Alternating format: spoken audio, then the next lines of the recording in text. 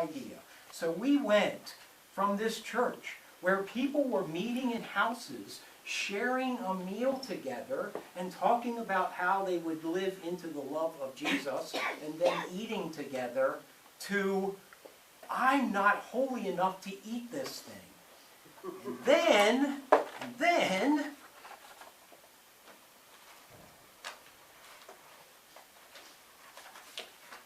so there's Pelagian and Augustinian pigs on this side. But what I want you to see now is this. So this becomes the major item, the major symbol in liturgies. And I'll let you pass this around.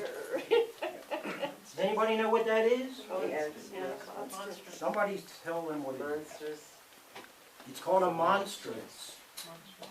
Spell that, what please. happened was, the most important feast day in the church became the Feast of Corpus Christi. And the Feast of Corpus Christi is what it sounds like.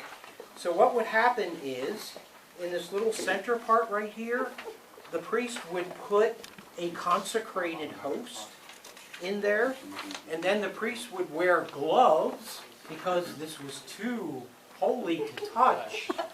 And he would grab this monstrance at the bottom and then process around the church and later around the entire town so that people could have ocular communion. They could look at this host that the priest is holding up and have ocular communion, because of course they weren't holy enough to actually swallow this. Okay? I mean, it got ridiculous. So by the year 1215, at the Fourth Lateran Council, there was a law made that you had to take communion once a year. So what does that tell us? Nobody was taking communion because they all thought it was too holy for them to do. So this monstrance became the main deal. Okay? Folks, there are still plenty of churches. I wish Stephen Himmel was here. Who was a Roman Catholic priest in the Diocese of Baton Rouge. You all know Stephen Himmel. I wish he was here with us right now, because he would tell you. He walked into my office as I was preparing this on Friday and said to me, "You know what? I only had to use a monstrance twice in my career." And he was all happy to report that. So there are still churches that use monstrances today. I want you to know where it came from and how it happened. We went from a church having communion with a bunch of folks in somebody's house, having a meal together and sharing what it meant to be part of Jesus, to that. Okay? No wonder we had a Reformation. Okay. Exactly. So you see where we're going here. How am I doing? 12:45. I have 10 minutes. Is that right? 15. 15 minutes? Okay, good.